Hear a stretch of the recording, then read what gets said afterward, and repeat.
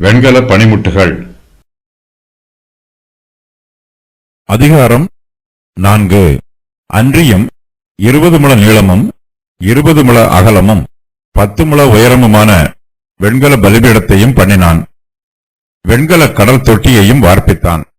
சக்கராகாரமான அதனுடைய ஒரு விளிம்பு தொடங்கி மறு விளிம்பு மட்டும் 10 முழ அகலமும் 5 முழ உயரமும் சுற்றளவு 30 முழ நூல் அளவுமாய் இருந்தது. அதன் கீழ்ப்புறமாய் ரிஷபங்களின் உருவங்கள் ஒவ்வொரு முழத்திற்கு 10 உருவமாக அந்த கடல் தொட்டியின் சக்கரத்தில் இருந்தது. தொட்டியோடு ஒன்றாய் வார்க்கப்பட்ட அந்த ரிஷபங்களின் 2 வரிசைகள் இருந்தது. அது 12 ரிஷபங்களின் மேல் நின்றது. இவைகளில் 3 வடக்கேயும் 3 மேற்கேயும் 3 தெற்கேயும் 3 கிழக்கேயும் நோக்கியிருந்தது. கடல் தொட்டி அவைகளின் மேல் உயர இருந்தது. அவைகளின் பின்பக்கமெல்லாம் உட்புறமாய் இருந்தது. அதன் கனம் 4 விரற்கடையும் அதன் விளிம்பு பானபாத்திரத்தின் விளிம்பு போலும் லீலி புஷ்பம் போலும் இருந்தது. அது 3000 குடம் தண்ணீர் பிடிக்கத்தக்கதாய் இருந்தது. கழுவுகிறதற்கு 10 கொப்பரைகளையும் உண்டாக்கி 5 வலதுபுறத்திலும் 5 இடதுபுறத்திலும் வைத்தான். சர்வாங்க தகனமாகிறவைகளை அவைகளில் அலைசுவார்கள். கடல் தொட்டியோ ஆசாரியர்கள் தங்களை சுத்தம் பண்ணிக் கொள்ளுகிறதற்கு இருந்தது. 10 பொன் விளக்கு தண்டுகளையும் அவைகளுடைய பிரமாணத்தின்படி செய்வித்து அவைகளை தேவாலயத்தில் வலதுபுறத்திலே 5 இடதுபுறத்திலே 5 வைத்தான். 10 மேஜைகளையும் செய்து அவைகளை தேவாலயத்தில் வலதுபுறத்திலே 5 இடதுபுறத்திலே 5 வைத்து 100 பொன் கலங்களையும் பண்ணினான். மேலும் ஆசாரியரின் பிரகாரத்தையும் பெரிய பிரகாரத்தையும் பிரகாரத்தின் வாசல்களையும் உண்டாக்கி அவைகளின் கதவுகளை வெண்கலத்தால் மூடினான். கடல் தொட்டியை கீழ்த்திசையான வலதுபுறத்திலே தெற்கு முகமாக வைத்தான். தாவீது கர்த்தருடைய ஆலயத்தை பற்றியும் கர்த்தருடைய பிரகாரங்களைப் பற்றியும் பல சங்கீதங்களில் மிகவும் அன்போடு சொல்லியிருக்கிறார். கர்த்தருடைய ஆலயத்தை பற்றி நினைக்கும் போதே தாவீதின் இருதயம் மகிழ்ச்சி அடைகிறது. தாவீது கர்த்தரை துதித்து ஆராதிக்கும் ஆராதனையின் மீது பிரியமாயிருக்கிறார். கர்த்தருடைய ஆலயத்திலே உள்பிரகாரமும் வெளிப்பிரகாரமும் இருக்கிறது. வெளிப்பிரகாரத்தில் எல்லா ஜனங்களும் பிரவேசிக்கலாம். கர்த்தருடைய ஆலயத்தில் உள்பிரகாரம் முக்கியமானதாய் இருப்பது போல வெளிப்பிரகாரமும் முக்கியமானதாய் இருக்கிறது. சாலமோன் கர்த்தருடைய ஆலயத்தின் வெளிப்பிரகாரத்தில் ஒரு வெண்கல பலிபீடத்தை பண்ணி வைக்கிறார். அது 20 முழ நீளமும் 10 முழ அகலமும் 10 முழ உயரமுமாய் இருக்கிறது. இந்த பலிபீடத்தின் மீது ஆசாரியர்கள் எல்லா பலிகளையும் சர்வாங்கமாக தகனிப்பார்கள். வெண்கல பலிபீடத்தின் மீது சர்வாங்க தகன பலிகள் செலுத்தப்படும். மோசே ஆசரிப்பு கூடாரத்திலே ஒரு பலிபீடத்தை கட்டினார். அது 5 முழ நீளமும் 5 முழ அகலமும் 5 முழ உயரமுமாய் இருந்தது. சாலமோன் பண்ணுகிற வெண்கல பலிபீடமோ மோசே கட்டின பலிபீடத்தை விட பெரியதாய் இருக்கிறது. இதன் நீளம் 20 முழமாகவும் அகலம் 20 முழமாகவும் உயரம் 10 முழமாகவும் இருக்கிறது. கர்த்தர் இஸ்ரவேல் புத்திரரின் எல்லைகளை விஸ்தாரம் பண்ணியிருக்கிறார். ஆகையினால் இஸ்ரவேல் புத்திரர் கர்த்தருக்கு சர்வாங்க தகன பலிகளை செலுத்தும் வெண்கல பலிபீடத்தின் அளவுகளை விஸ்தாரம் பண்ணியிருக்கிறார்கள்.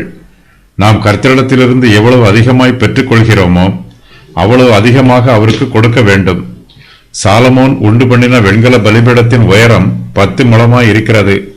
வெளிப்பிரகாரத்திலே நின்று கர்த்தரை ஆராதிக்கிறவர்களுக்கு வெண்கல பலிபீடம் பிரத்யட்சமாய் தெரியும்.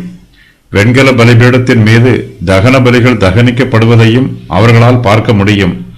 கர்த்தரை ஆராதிக்கிறவர்களின் கண்கள் சர்வாங்க தகன பலிகளை பார்க்கும்போது அவர்களுடைய இருதயங்கள் பாவத்தின் வருத்தத்தினால் வேதனைப்பட்டு உருகும்.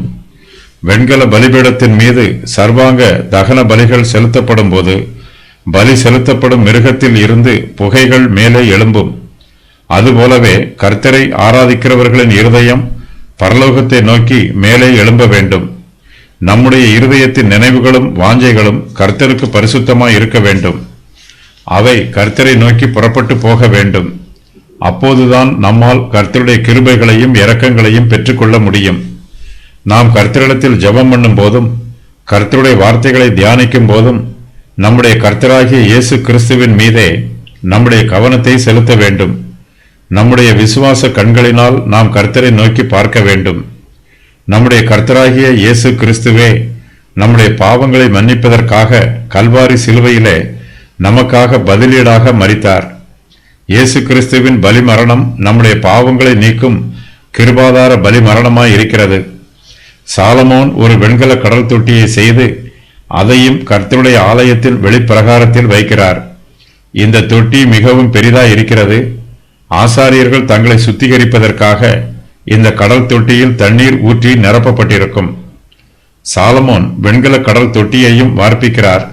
சக்கராகாரமான அதனுடைய ஒரு விளிம்பு தொடங்கி மறு விளிம்பு மட்டும் 10 முழம் அகலமும் 5 முழம் உயரமும் சுற்றளவு 30 முழ நூல் அளவுமாய் இருக்கிறது.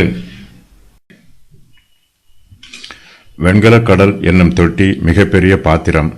இதன் விட்டம் சுமார் 5 மீட்டர் அளவுள்ளது. இந்த தொட்டியில் சுமார் 500 பீப்பாய்கள் தண்ணீர் ஊற்றலாம். ஆசாரியர்கள் தங்களை சுத்தம் பண்ணுவதற்கும் பலிபீடத்தில் பலி செலுத்தப்படும் மிருகங்களை சுத்தம் பண்ணுவதற்கும் இந்த தண்ணீரை பயன்படுத்துவார்கள். மேலும் தேவாலயத்தின் பிரகாரங்களை சுத்திகரிப்பதற்கும் இந்த தண்ணீரை பயன்படுத்துவார்கள். வெண்கல கடல் என்னும் தொட்டியை சுற்றிலும் சக்கராகாரமான அதனுடைய ஒரு விளிம்பு தொடங்கி மறு விளிம்பு மட்டும் அகலம் 10 முழமும் உயரம் 5 முழமும் சுற்றளவு 30 முழ நூல் அளவுமாய் இருக்கிறது. அந்த கடல் தொட்டியை சுற்றி விளிம்புக்கு கீழே அதை சுற்றிலும் மொக்குகள் ஒவ்வொரு முழத்திற்கு 10 10 செய்யப்பட்டிருக்கிறது. வார்க்கப்பட்ட அந்த மொக்குகளின் வரிசைகள் இரண்டும் தொட்டியோடு ஒன்றாய் வார்க்கப்பட்டிருக்கிறது. வெண்கல கடல் என்னும் தொட்டி 12 ரிஷபங்களின் மேல் நிற்கிறது. அவைகளில் 3 வடக்கேயும் 3 மேற்கேயும் 3 தெற்கேயும் 3 கிழக்கேயும் நோக்கியிருக்கிறது. கடல் தொட்டி ரிஷபங்களின் மேலாகவும் அவைகளின் பின்புறங்கள் எல்லாம் உள்ளாகவும் இருக்கிறது. ரிஷபம் என்னும் வார்த்தை காளை மாட்டை குறிக்கிறது. வெண்கல கடல் என்னும் தொட்டியில் கிபியோனியர் என்னும் நிதனீமியர் தண்ணீர் கொண்டு வந்து ஊற்றுவார்கள். தேவனுடைய ஆலயத்திற்கு தண்ணீர் சுமக்கிற வேலை நிதனீமியருக்கு கொடுக்கப்பட்டிருக்கிறது. வெண்கல கடல் என்னும் தொட்டியில் தண்ணீர் குறையாமல் எப்போதும் நிறைவாய் இருக்குமாறு பார்த்து கொள்வது நிதனீமியரின் பணிவிடை. இஸ்ரவேல் ஜனத்தாரில் அநேகர் வனாந்திரத்தில் பொன் கன்றுக்குட்டியை வார்ப்பித்து அதை தங்கள் தெய்வமாக ஆராதித்தார்கள். கன்றுக்குட்டி எகிப்தியரின் தெய்வம். வார்ப்பிக்கப்பட்ட கன்றுக்குட்டிக்கு ஜீவனும் இல்லை, வல்லமையும் இல்லை.